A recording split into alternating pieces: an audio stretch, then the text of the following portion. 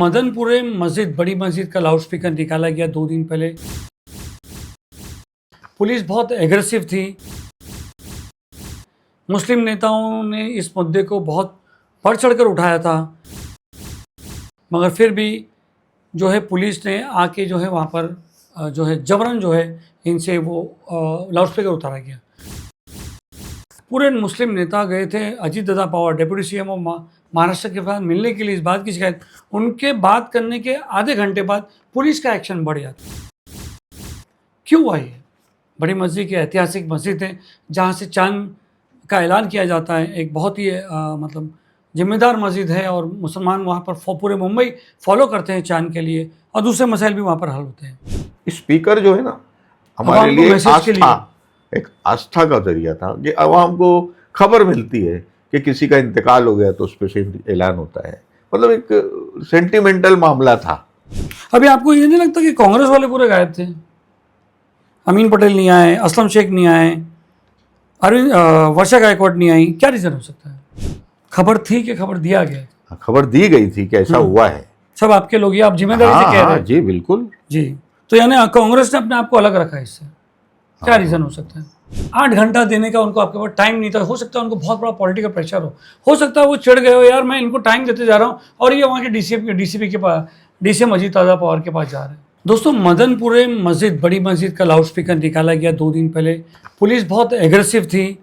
मुस्लिम नेताओं ने इस मुद्दे को बहुत बढ़ चढ़कर उठाया था, मगर फिर भी जो है पुलिस ने आके जो है वहाँ पर जो है जबरन जो है इनसे वो लाउडस्पीकर उतारा गया। बात यहाँ पर नहीं रुकती है। बात यहाँ पर रुकती है कि जब पूरे मुस्लिम नेता गए थे अजीत दादा पवार डेप्यूटी सीएम महाराष्ट्र के साथ मिलने के लिए इस बात की शिकायत। उनके बात करने के आधे घंटे बाद पुलिस का एक्शन बढ़ जाता। क्यों हुआ ये? बड़ी मस्जिद की ऐतिहासिक मस्जिद है जहाँ से चांद का ऐलान किया जाता है। एक बहुत ही मतलब जिम्मेदार मस्जिद है और मुसलमान वहाँ पर पूरे मुंबई फॉलो करते हैं चांद के लिए, और दूसरे मसाइल भी वहाँ पर हल होते हैं। आपको मैं एक बार और याद दिला दूँ कि जब आदित्य ठाकरे जब वो वहाँ से मनोज जामशूदकर जीते थे, तो आदित्य ठाकरे जो है सब में पहले वही मस्जिद के बाहर जो है वहाँ पर आए थे अपना इलेक्शन का रिजल्ट डिक्लेयर होने से पहले। तो ये बात मैं आपको बाद में बोलूँगा, इस बात का ये मैं क्यों कह रहा हूँ। अभी हमारे साथ हैं रईस अहमद अंसारी साहब, जो बड़ी मस्जिद, हरी मस्जिद कहा जाता है, बड़ी मस्जिद कहा जाता है मदनपुरे की, उनके सेक्रेटरी हैं। पूरे मसले में स्टार्ट टू एंड तक जो है रईस भाई थे इसमें, और हमने भी बहुत सारी इन्वेस्टिगेशन की। कल वारिस पठान जी का इंटरव्यू लिया। वारिस पठान ने कहा कि आप रईस भाई से पूछो। हमारा इल्ज़ाम है कि जितने भी मुस्लिम नेता हैं उनके वो जो इस मुद्दे को गरमाते हैं, इस करके ये मुद्दा उनके हाथ से निकल जाता है। वक्त पर कौन कौन से नेता कहाँ पर आए, क्या किए, हमारा मकसद है ये सबको सामने लाने के लिए।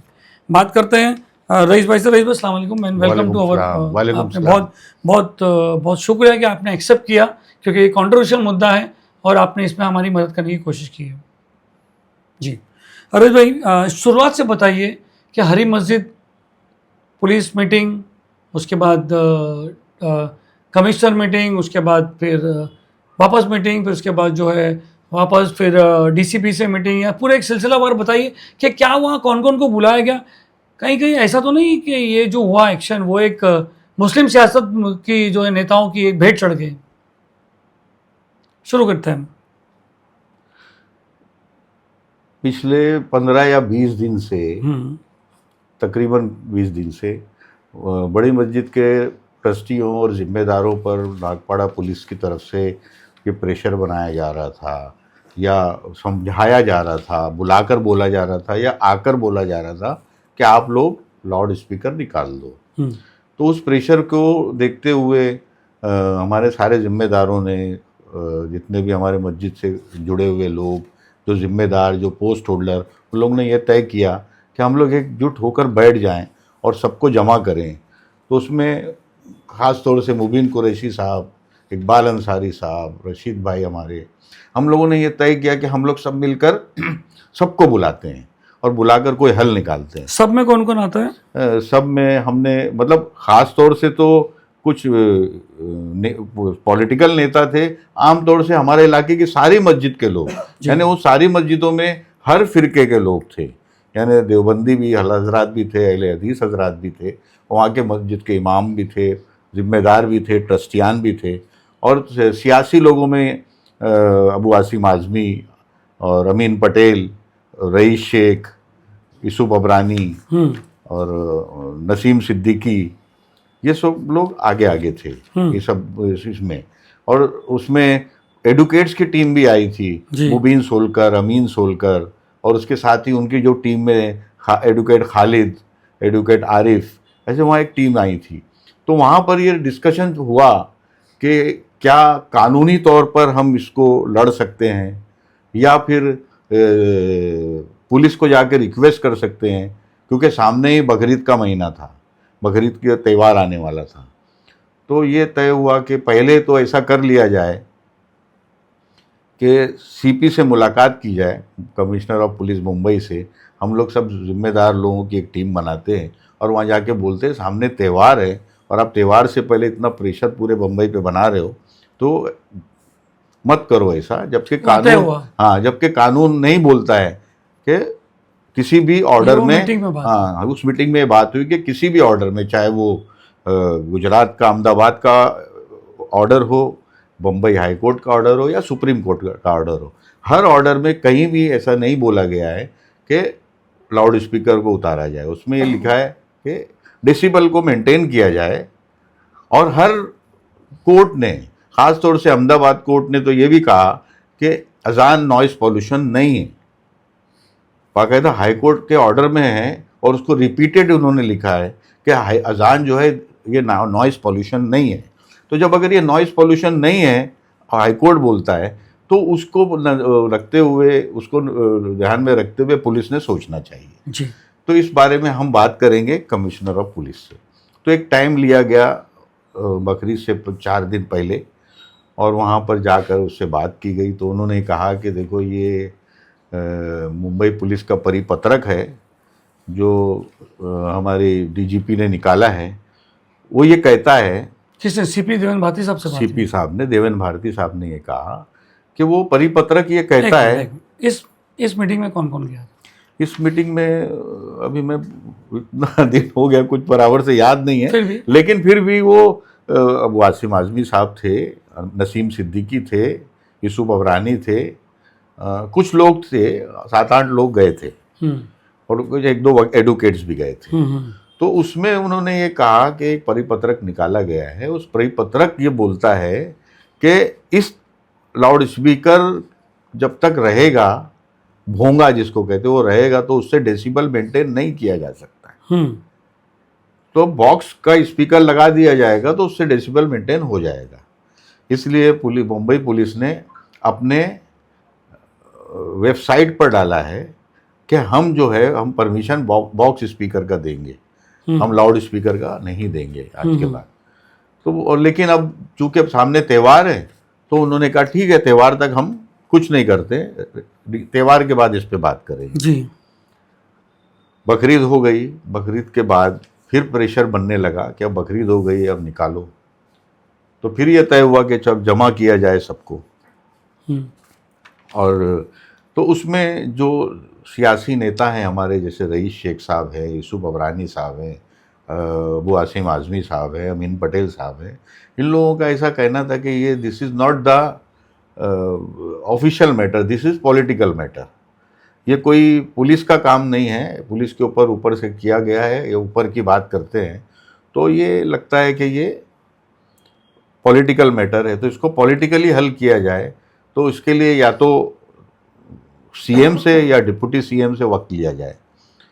तो ये तय हुआ कि डिप्टी सीएम के साथ अजीत दादा पवार का अपॉइंटमेंट लिया जाए और उनसे ये मामला उनके सामने रखा जाए। तो ये बात हुई ईद के बाद, अभी जुमेरात के दिन। तो जब जुमेरात के दिन ये बात हुई, और जुमेरात के दिन ही बड़ी मस्जिद के ऊपर प्रेशर बनाया गया। पुलिस बनी, पुलिस कब बनी, कौन कौन जाएगा? हाँ, ये जुमेरात के दिन लिस्ट बनी, थर्सडे के दिन, कि 15 लोग जाएंगे। हाँ, वो 15 लोग की लिस्ट सलीम भाई मैंने आपको दे दी है। जी। हाँ, उसके साथ में मतलब वो 15 लोगों के साथ कोऑर्डिनेट करने के लिए इकबाल भाई थे और हमारे एडवोकेट खालिद थे और इन दोनों का और जिम्मे सीपी किया साहब गया। से कब मिले थे? एक दिन पहले? सीपी साहब से मिले थे बकरीद से पहले, अच्छा अच्छा। और ये बकरीद के बाद की जुमेरात है। अच्छा, एक चीज़ आप शायद मिस कर रहे हो कि वहाँ पर ये भी बात हुई थी कि भाई कांग्रेस वाले अलग डेलीगेशन लेके जा रहे हैं सीपी के साथ, समाजवादी डेलीगेशन लेके जा रहे हैं, नहीं। अभी मिल के जाते हैं क्योंकि नहीं, हाँ, ये जब हमारे यहाँ मस्जिद में ये मीटिंग हुई थी जिसमें सारे लोग आए थे, उसमें ये बात भी उठाई गई थी कि समाजवादी का डेलीगेशन पहले मिल के आ चुका है, अमीन पटेल साहब भी कांग्रेस का डेलीगेशन ले जाके मिल के आ चुके हैं इस ताल्लुक से, तो अकेले अकेले जाने से क्या मतलब है, सब मिल के जाना चाहिए। जी जी, तो उस वक्त वहाँ हर किसी ने एक्सेप्ट किया कि हाँ, हम सब मिल के जाने को तैयार हैं। अच्छी बात तो है उस वक्त, हाँ, उस वक्त बड़ी खुशी हुई कि उस वक्त सबसे आखिरी बात जो है मुबीन भाई ने कही थी कि मुबीन कुरैशी साहब ने, कि हमारी मस्जिद में इस वक्त, ये सुन्नियों की मस्जिद है और यहाँ पर इस वक्त मस्जिद के अंदर देवबंदी, अहले हदीस, हर फिरके के लोग, शिया, सारे के लोग यहाँ बैठे हुए हैं। तो जब आवाम एक हो सकती है तो हम नेता क्यों नहीं एक हो सकते? बहुत अच्छी बात, सबके सामने ही बोला। हाँ, वेरी गुड। तो उस बात के ऊपर ये बात हुई कि तब अपना अपना डेलीगेशन ना ले जाएं, सब साथ में जाएं। तो फिर वो साथ में गए। ठीक है, हाँ, फिर क्या हुआ? फिर ये जो लिस्ट कब बनी? फिर ये पिछले थर्सडे को, आज थर्सडे है, पिछले थर्सडे को ये लिस्ट बनी कि हम लोग टाइम लेते हैं अजीत दादा पवार का, और टाइम लेने का जिम्मा दिया गया एडवोकेट जलाल साहब को, एनसीपी वाले जो अजीत पवार की पार्टी से ताल्लुक़ रखते हैं। उनसे कहा गया कि आप जो है ये 15 लोगों की लिस्ट है, इनका लाउड स्पीकर के ताल्लुक से मिलना चाहते हैं, आप अजीत दादा पवार से टाइम लीजिए। जुमेरात ही का दिन था। आप वो लिस्ट का नाम बोल लेते हैं? हाँ, the list of delegation member for meeting Ajit Dada Pawar, मस्जिद के मसले पे मीटिंग करना था। Abu Hashim Azmi, advocate Yusuf अबरानी, Arif Naseem Khan, rice Sheikh, Amin Patel, Naseem Siddiqui, Aslam Sheikh, Manoj जामशुदकर, Fayaz Ahmad Khan, advocate वारिस पठान, सचिन भाऊ अय्यर, जलालुद्दीन सैयद, अरविंद सावंत, वर्षा गायकवाड़, संजय दीना पाटिल, ये 15 लोगों के नाम दिए गए लिस्ट के लिए। जी, और ये 15 लोगों ने आने का वादा किया, तब उनका नाम वहाँ भेजा गया ऑफिशियली, ताकि वहाँ से अपॉइंटमेंट मिल, डायरेक्ट उन लोगों को अपॉइंटमेंट चला जाए, लेटर इंटीमेशन चला जाए। पूरे 15 लोगों को इन्फॉर्म किया गया था। 15 लोगों को सारे लोगों ने कोऑर्डिनेट करके, खास तौर से इकबाल भाई हमारे, खालिद एडवोकेट, ये लोग सब मिलकर, एक टीम थी, उन लोगों सबको मिलकर सबको खबर की है, और सबने हाँ कहा। सबने कहा कि हम ज़रूर आएंगे, 100% आएंगे, 200% आएंगे, ऐसा बोला। उसके बाद इन 15 लोगों की लिस्ट एडवोकेट जलाल के ज़रिए अजीत दादा पवार के ऑफिस में भेज दी गई, ये बोल के कि हमको टाइम चाहिए। उस बीच थर्सडे की रात को हमारे ऊपर बहुत प्रेशर बनाया गया बड़ी मस्जिद के ऊपर। नहीं, उस 6 से 8 के बीच में अजीत दादा पवार से मीटिंग हुई, जिसमें सना मलिक, नवाब मलिक, वो उसके पहले की बात बताता हूँ। उससे पहले क्या हुआ? हाँ, मीटिंग से पहले, हाँ, मीटिंग से पहले ये हुआ कि उस मीटिंग से पहले ही बड़ी मस्जिद पर एक बहुत बड़ा प्रेशर बनाया गया कि आज के आज इसको उतारना है रात तक, पिछले थर्सडे को, लास्ट थर्सडे। और उस वक्त रईस शेख साहब बम्बई में थे, हम लोग मजबूर थे कि अब हमको उतारना ही पड़ेगा, नहीं तो एक्शन हो जाएगा। तो रईस शेख साहब ने बोले मैं टाइम लेता हूँ। फिर रईस शेख साहब ने, एमएलए जो थे, भिवंडी के एमएलए, वो बम्बई में थे, उन्होंने हमको टाइम दिलाया पीर तक का। इस दौरान बीच में आपको डीसीपी साहब ने भी बुलाए थे? नहीं, उस वक्त नागपाड़ा सीनियर, नागपाड़ा सीनियर तो रेगुलर बुला रहे थे, लेकिन नागपाड़ा सीनियर फिर डीसीपी के साथ जाकर, या जहाँ से भी एडिशनल डीसीपी, सब जगह से बोल के हमको पीर तक का टाइम दिला दिया रईस शेख साहब ने। और उन्होंने ये कहा कि इस बीच में अजीत दादा पवार से मीटिंग हो जाएगी, तो मंडे तक तुमको सहूलत है, मंडे के बीच में हो जाएगी। तो ये हुआ कि भाई चलो ठीक है, मंडे तक। बट हमारी किस्मत ऐसी थी कि अजीत दादा पवार का संडे को बारामती में इलेक्शन था, मालेगांव शुगर मिल का। वो वहाँ बिजी थे, उन्होंने टाइम नहीं दिया। फिर जब टाइम कब मिला हमको, पीर के दिन मंगल का टाइम मिला, पीर के दिन, हाँ, सेकंड डे, ट्यूसडे का टाइम मिला शाम को 6 बजे का। तो उस मीटिंग का जब हमको टाइम मिला, ये लिस्ट उसकी है, उसकी ये लिस्ट है 15 15 लोग, इनका नाम लिया। जिसमें ये 15 लोग जाने वाले थे। और जब टाइम मिला मंडे के दिन के भाई सबको इंटीमेशन भेजा जा चुका है, आप लोग भी कांटेक्ट कर लो, तो हम लोगों ने भी जैसे कांटेक्ट कर लिया कि आप आ रहे हो कि नहीं, आ रहे हो कि नहीं, आ रहे हो कि, सब आ रहे, सब बोले हम आ रहे हैं। और मंगल के दिन सबको जाना था। अब मंगल के दिन सबको जाना था, लेकिन पीर तक की हमारी मोहलत थी, तो पीर की रात को फिर हमारे ऊपर प्रेशर बनना शुरू हो गया पुलिस का बड़ी मस्जिद पे कि खाली करो, निकालो, एक्शन करेंगे, नहीं तो खुद निकाल देंगे, इस तरह की बात होने लगी। तो पीर की रात तो किसी तरह हम लोग ने गुजार दी, लेकिन फिर मंगल की सुबह, जिस दिन शाम को जाना था, मंगल की सुबह 7:30 बजे से लेके मुझे नॉन स्टॉप फ़ोन आते रहे हर ऑफिस से पुलिस की, यहाँ तक कि क्राइम ब्रांच से भी आते रहे कि ये क्या हो रहा है, क्यों नहीं निकाल रहे, जब वादा किए थे, जब मंडे तक टाइम मांगे थे, तो आज मंगल हो गया। तो हर किसी को मैं ये जवाब दे रहा था कि आज शाम को मीटिंग है, लेकिन उसके ऊपर माना नहीं किसी ने। आखिर में मुझसे ये कहा गया, अगर तुमको शाम तक रुकना है तो तुमको अभी के अभी डीसीपी के ऑफिस जाना पड़ेगा, डीसीपी से मिलना पड़ेगा, अगर नहीं मिलोगे तो हम अभी जाके मस्जिद का स्पीकर उतार देंगे, हम खुद, पुलिस उतार देगी, फिर ये नहीं बोलना कि ऐसा हो गया। तो मैं बोला चलो शाम की बात है, डीसीपी साहब बुलाए भी हैं, सीनियर साहब बहुत रिक्वेस्ट किए कि चले आ जाओ, अच्छे माहौल में बात हो जाएगी, आ जाओ, शाम तक की तो बात है, बात हो जाएगी। फिर मैं चला गया, क्योंकि उस वक्त दोपहर से पहले की बात है, उस वक्त मैं किसी को भी जमा नहीं कर पाया अपने साथ कि मैं किसी और को साथ ले जा सकूं। मैं बहुत कोशिश की, लेकिन उस सुबह का वक्त था, कोई नहीं जा पाया। लेकिन उन्होंने रईस शेख के पीए को ज़रूर बुला लिया, क्योंकि रईस शेख ने टाइम लिया था।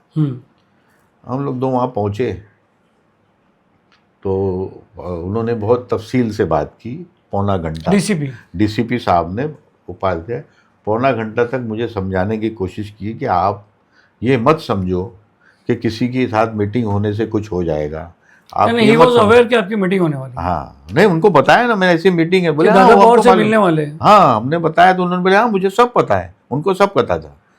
फिर उन्होंने बहुत सी ऐसी बातें की जिसकी वजह से मुझे बड़ा ताज्जुब हुआ। जैसे कि एक बात ये की कि आप बोलते हो कि आपकी जो है मस्जिद जो है मरकज़ी मस्जिद है, आपकी जो बहुत इम्पोर्टेंट मस्जिद है, आपकी मस्जिद जो है सेंट्रलाइज मस्जिद है, जिसकी वजह से जिससे उतरने से बहुत बड़ा मुंबई पे असर पड़ जाएगा। ऐसा नहीं है, जैसे आपकी मस्जिद है वैसी बिलाल मस्जिद भी है, वैसी हिंदुस्तानी मस्जिद भी है। वहाँ के लोग तो बहुत बड़े बड़े लोग हैं, वहाँ के जिम्मेदार, और वो लोग हमारी कंप्लेन ऊपर कर रहे हैं कि हमने निकाल दिया, तुम क्यों नहीं निकाल, मस्जिद मदनपुरे का तुम लोग क्यों नहीं निकाल। कौन किसी कंप्लेंट कर रहे हैं, समझ में नहीं आया। डीसीपी साहब ने ये कहा कि हमारी कंप्लेन ऊपर हो रही है, यानी डीसीपी साहब की कंप्लेंट कोई कर रहा है, ऊपर हो रही है कि हमने तो उतार दिया आपके एक बार बोलने पे, पुलिस के बोलने पे, मदनपुरे वाले क्यों नहीं निकाल रहे। तो इसलिए आपसे रिक्वेस्ट है, आप शाम में निकाल देना। आप भी समझदार हो, हम भी समझदार हैं, हमको कोई एक्शन नहीं करना, हमको कोई माहौल ख़राब नहीं करना, हम चाहते हैं कि आप मस्जिद का स्पीकर बाहर का होगा तब निकाल दो। मैंने बोला ठीक है, शाम को निकाल देंगे। लेकिन जब हम लोग, मैं तो मीटिंग में गया नहीं था, वहाँ पर ये लोग गए थे, पता ही चला कि वो 15 में से मैं अपनी मसरूफियत में बिजी था, और फिर बड़े लोगों का इनविटेशन था, मेरा तो था नहीं, मैं कोई ओहदेदार नहीं हूँ, देख रहा हूँ तुम्हारा नाम भी नहीं है। हाँ, तो वो 15 लोगों में से मेरे ख्याल से सिर्फ 6 लोग पहुँचे थे। कौन कौन से 6 लोग पहुँचे थे? अबू आसिम आजमी थे, यूसुफ अबरानी थे, और मनोज जामशुदकर थे, वारिस पठान थे, और जलालुद्दीन सैयद थे जी, और मेरे ख्याल से बस यही लोग थे। मगर उस दिन का फोटो तो सना मलिक, नवाब मलिक, नजीबुल्लाह का आया। हाँ, तो वो तो उनके पार्टी के लोग थे, एनसीपी की पार्टी के लोग थे। एडवोकेट जलालुद्दीन ने मुझसे कहा था कि ये जो डेलीगेशन की आप लिस्ट भेजे हो आप लोगों ने, वो लिस्ट का तो इंटरप्रेटमेंट होगा, लेकिन उसके साथ साथ एनसीपी के जो मुस्लिम हमारे जिम्मेदार लोग हैं, जैसे कि हसन मुशरिफ, सना मलिक, नवाब मलिक, नजीब मुल्ला और कोई नायकवाड़ी साहब है MLC, इन सब लोगों में से कुछ लोग भी रहेंगे। तो मैं बोला हाँ कोई बात नहीं, तो वो भी हमारे लिए बोलेंगे। बोले हाँ बिल्कुल वो भी बोलेंगे हमारे सपोर्ट में। ठीक है, फिर क्या हुआ? वो मीटिंग खत्म हुई मेरे ख्याल से 7 साढ़े 7 बजे। लेकिन 7:30 बजे से पहले बड़ी मस्जिद को नागपाड़ा पुलिस ने पूरी तरह से, नागपाड़ा पुलिस क्या बम्बई पुलिस ने, क्योंकि उसमें बाहर के स्टाफ भी था, आगरीपाड़ा का भी था, दूसरे स्टाफ भी थे, गाड़ियां ही गाड़ियां यहाँ से वहां तक लग गई। तो मुझे एक मिनट में रुको, जो नहीं आया था, आरिफ नसीम खान साहब नहीं आए थे, नहीं आए थे, रईस शेख नहीं आए थे, अमीन पटेल नहीं आए थे, नसीम सिद्दीकी नहीं आए थे, नसीम सिद्दीकी आए थे, नसीम सिद्दीकी, असलम शेख नहीं आए थे, फयाज अहमद खान नहीं आए थे, सचिन भाऊ अहिर नहीं आए थे, अरविंद सावंत साहब नहीं आए, वर्षा गायकवाड़ नहीं आई, संजय दीना पाटिल नहीं आए। मैं एक बात पूछ सकता हूँ, इसमें नवाब मलिक और उनका नाम क्यों नहीं डाला गया ये लिस्ट में? क्या सियासत थी? जब आप उनकी पार्टी के, एक सवाल आता है, जब आप उनकी पार्टी के मेंबर लीडर से मिलने जा रहे हो तो उन्हीं के 2 MLA को आपने, मतलब जो नवाब मलिक साहब है और वो है, नहीं वो एडवोकेट जलालुद्दीन के जिम्मे ये काम किया गया था। तो उन्होंने कहा कि जो हमारे पार्टी के लोग हैं वो तो रहेंगे ही, उनका नाम मत लिखो, बाकी लोगों को इन्विटेशन करो, बाकी लोगों को इन्विटेशन। तो ये जो लोग नहीं है, इन्होंने क्या कुछ रीजन दिया कि भाई हो सकता है इनको इतला नहीं की गई हो? नहीं, उनको इतला तो की गई थी, उनको ऑफिशियल अनऑफिशियल सोशली हर तरह से बोला गया था, वो आने वाले थे, अब अपनी मसरूफियत की वजह से नहीं आए होंगे। हमने तो पूछा नहीं अभी तक किसी से। जी नहीं पूछे, ठीक है। फिर क्या हुआ? वो वहाँ से मदनपुरे को घेर, मदनपुरे में पुलिस ने घेर लिया, और जब मैं मगरिब के फ़ौरन बाद जब मैं बाहर निकला तो देखा तो पुलिस ही पुलिस थी। तो मैंने बोला कि भाई वो जो मीटिंग में गए हैं लोग, उनको आने तो दो। तो वो लोग सब आए क्या मतलब, ये नेता लोग तो कोई नहीं आया, लेकिन हमारे इकबाल भाई, हमारे जो कमेटी के लोग, सारे जिम्मेदार लोग जब यहाँ पहुँचे, तो पहुँचने के बाद हम लोगों ने ये सोचा कि भाई अब इतना सब कुछ हो गया है, और वहाँ ये बोला गया कि सुबह 8 बजे, तो हमने सीनियर साहब और ACP साहब को बैठाकर एक रिक्वेस्ट की कि उस मीटिंग में ये तय हुआ है कि सुबह 8:30 बजे CP साहब वहाँ जाएंगे वर्षा पे, और वहाँ पर 5 लोगों को बुलाया गया इन टीम में से, और उस वक्त वहाँ फाइनल होगा। 5 टीम को किसको बुलाया गया था? उसमें से अबू आसिम आजमी, नसीम सिद्दीकी, और वारिस पठान। वारिस पठान तो हर जगह फिट हो जाते हैं, जलालुद्दीन सैयद। हाँ, और मैं सुबह भी नहीं गया था ना, इसलिए पता नहीं है। हाँ, ये 4-5 लोगों का नाम था, तो ये लोग जाने वाले थे, तो वो लोग गए थे सुबह। वो तो बात की बात है, लेकिन एक्शन उसके पहले ही रात में हो गया। मतलब वो पुलिस मानी नहीं, बोले आप निकाल दो, नहीं मानी। रिक्वेस्ट की गई, बहुत रिक्वेस्ट की गई। क्यों रिक्वेस्ट की गई? कि इतनी ज़्यादा पुलिस आने की वजह से माहौल थोड़ा गर्म हो गया, पब्लिक बहुत आ गई। मतलब पब्लिक को ऐसा नहीं है कि किसी को कुछ पता था, पब्लिक को इतना ज़्यादा पता नहीं था कि इतना मामला हॉट चल रहा है। पब्लिक के बाद को ये मालूम था कि स्पीकर के मामला सब जगह अखबारों में पढ़ते थे, चल रहे हैं, यहाँ भी चल रहे हैं, यहाँ भी मीटिंग हो रही कि स्पीकर उतारना है, नहीं उतारना, उतारना नहीं। लेकिन पुलिस चूंकि इतनी आ गई, वहाँ पर इतनी पुलिस आ गई कि उस पुलिस की वजह से माहौल को खराब होने की वजह बन गई। अगर पुलिस इतनी ज़्यादा नहीं आती, सिर्फ नागपाड़ा की पुलिस आती, हमारे साथ बैठकर बात करती और ये बात होती कि भाई उतारना ही उतारना है, तो हम लोग बिल्कुल कर देते। लेकिन पुलिस इतनी आ गई कि सब जिद की बात हो गई, और आवाम कई दिनों से तो आपको बोल रहे थे, आप नहीं उतारे ना। हाँ, नहीं, हम टाइम मांग रहे थे। हम वक्त मांग रहे थे कि कोई हल निकल जाएगा, क्योंकि हमारे साथी, हमारे साथ काम करने वाले, हमारे मदनपुरे की मस्जिद के मुसल्ली, हमारे इलाके के लोग ये चाहते ही नहीं थे कि वो लाउड स्पीकर उतरे। वजह उसकी ये है कि लाउड स्पीकर एक अजान का तो जरिया है। हमारे मदनपुरे का लाउड स्पीकर काफ़ी दूर तक था, तो वो अजान का तो जरिया है ही है। उसके अलावा देखो, लॉकडाउन के अंदर नॉन स्टॉप उस पर दुआएं हो रही थी। उस दुआओं को सुनने के लिए बम्बई पुलिस के बड़े बड़े ऑफिसर आकर हाथ उठाकर खड़े होकर दुआ सुनते थे। वो एक स्पीकर जो है ना, हमारे लिए आस्था, एक आस्था का जरिया था कि आवाम को खबर मिलती है कि किसी का इंतकाल हो गया तो उस पर से ऐलान होता है, मतलब एक सेंटिमेंटल मामला था।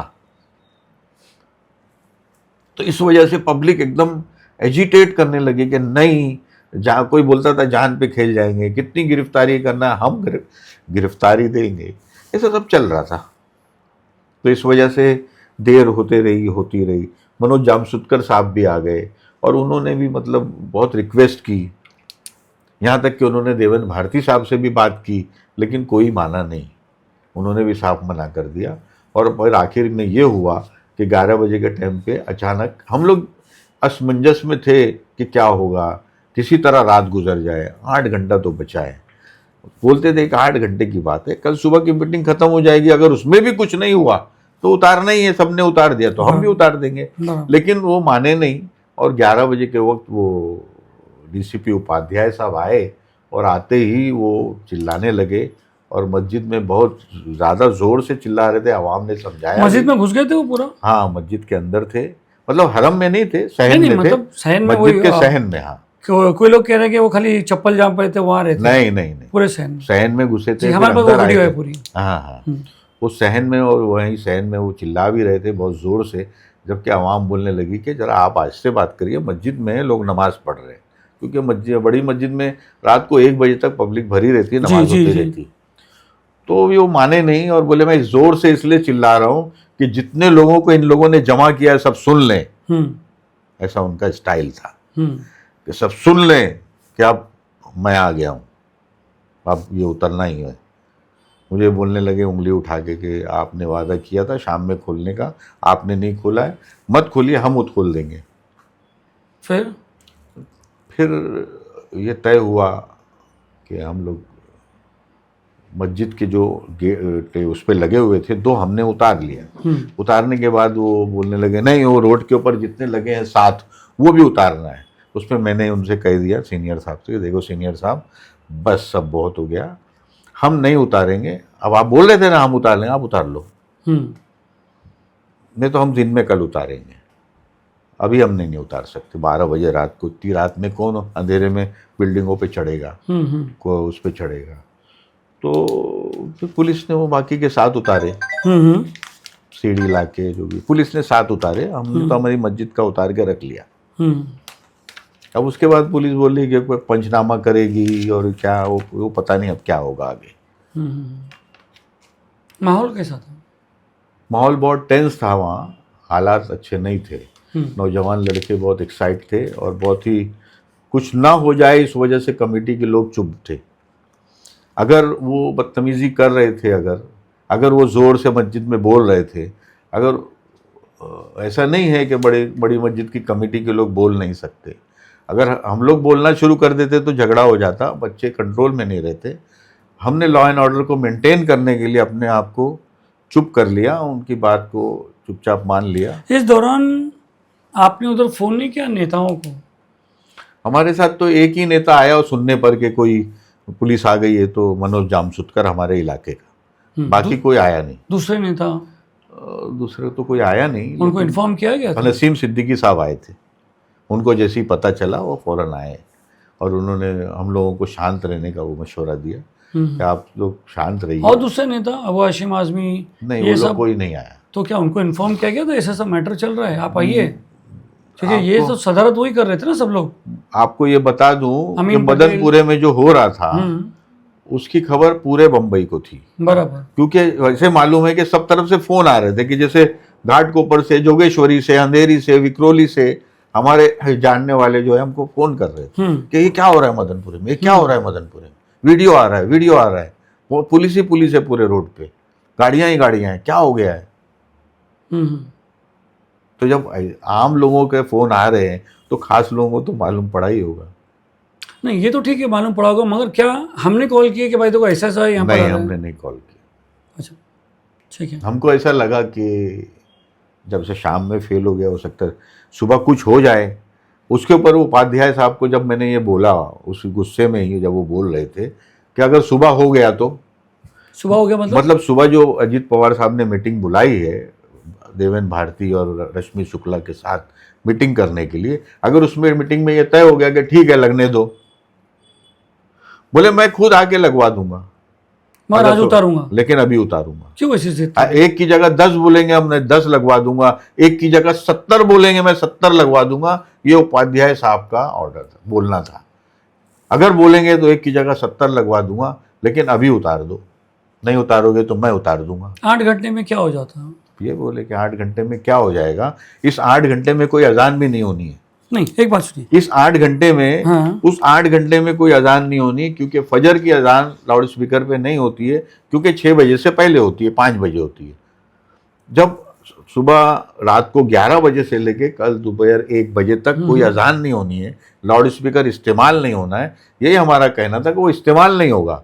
अगर तय हो गया तो हम दिन में निकाल देंगे, अजान से पहले निकाल देंगे, लेकिन वो नहीं माने। सेकंड डे क्या हुआ? सेकंड सुबह डे, में हाँ सेकंड कौन डे, कौन पहुंचा? सेकंड डे को 4-5 लोग पहुंचे थे। अभी आपको ये नहीं लगता कि कांग्रेस वाले पूरे गायब थे? अमीन पटेल नहीं आए, असलम शेख नहीं आए, अरविंद वर्षा गायकवाड नहीं आई, क्या रीजन हो सकता है? क्या इन सबको बुलाया नहीं गया सेकंड डे भी? सबको बुलाया गया था।